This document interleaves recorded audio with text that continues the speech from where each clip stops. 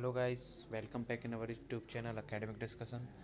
तो आप लोगों का लेखा लेखिक का एग्ज़ाम है, उसमें एक क्वेश्चन अकाउंट का ऐसा क्वेश्चन आ सकता है जो मैं आप लोगों को बता रहा हूँ, और मेरे को लगता है प्रोबेबिलिटी ज़्यादा है इस क्वेश्चंस की।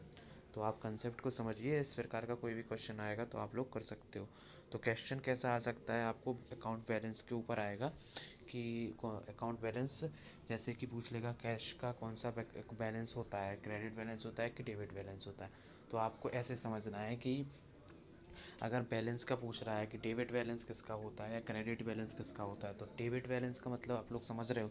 आप एक साइड इमेजिन कीजिए, आप कोई भी अकाउंट को ले लीजिए, ठीक है। तो अकाउंट में अपन बनाते हैं, एक लाइन बीच से निकालते हैं और फिर इस right hand side and left hand side दो रहते हैं।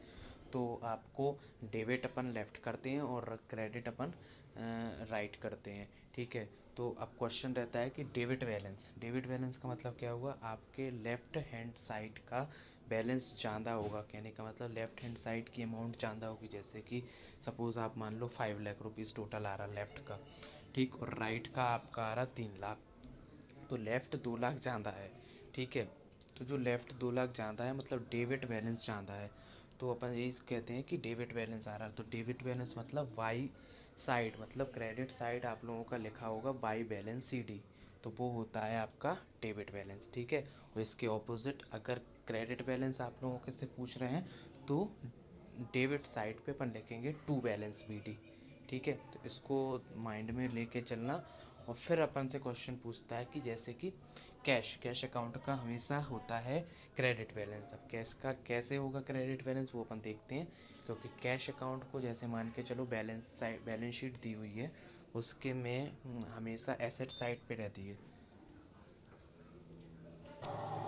तो बैलेंस शीट में आपका दिया हुआ है कैश, तो कैश को आप क्या करोगे, तो कैश किस साइड दिया रहता है, एसेट साइड। तो एसेट्स क्या होती है अपनी, एसेट्स का हमेशा होता है डेबिट बैलेंस। तो टू बैलेंस करके अपन लिखते हैं जब भी अकाउंट ओपन करते हैं, तो उसमें कैश को ओपनिंग उतार लेते हैं। तो ओपनिंग कौन सी आती है अपनी, टू बैलेंस बी डी से स्टार्ट करते हैं। अब ये समझिए टू बैलेंस बी डी मतलब पिछली साल वाई बैलेंस सी डी रहा होगा। तो वाई बैलेंस सी डी पिछली साल रहा होगा, इसका मतलब क्या है कि क्रेडिट बैलेंस कम था और डेबिट बैलेंस ज़्यादा था।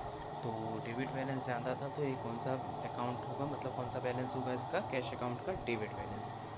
तो हमेशा कैश का होता है डेबिट बैलेंस, और इसको आप देख के कोई भी अकाउंट का बैलेंस बता सकते हो, ठीक है। तो यही था आपका क्वेश्चन, और इसको आप थोड़ा समझिए और इसको लगाइए। और जैसे ऐसे पार्टनरशिप से रिलेटेड भी क्वेश्चन आता है कि पार्टनरशिप्स में जो कैपिटल्स अकाउंट्स है पार्टनर्स के, उनका कौन सा बैलेंस होता है। तो आप लोगों को उसको भी देखना रहेगा कि उसका जैसे पार्टनर्स कैपिटल अकाउंट ये कौन सी है, लाइबिलिटी होता है।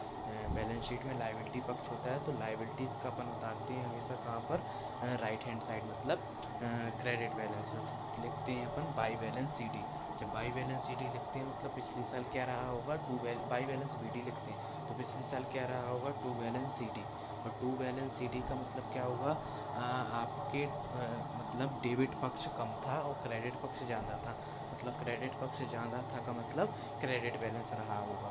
तो जो भी पार्टनर्स का बैलेंस रहता है वो हमेशा होता है क्रेडिट, इसलिए बोलते हैं कि लाइबिलिटीज़ का होता है क्रेडिट बैलेंस और एसेट्स का होता है debit balance. Thank you so much for watching me and जय हिंद टू ऑल ऑफ यू।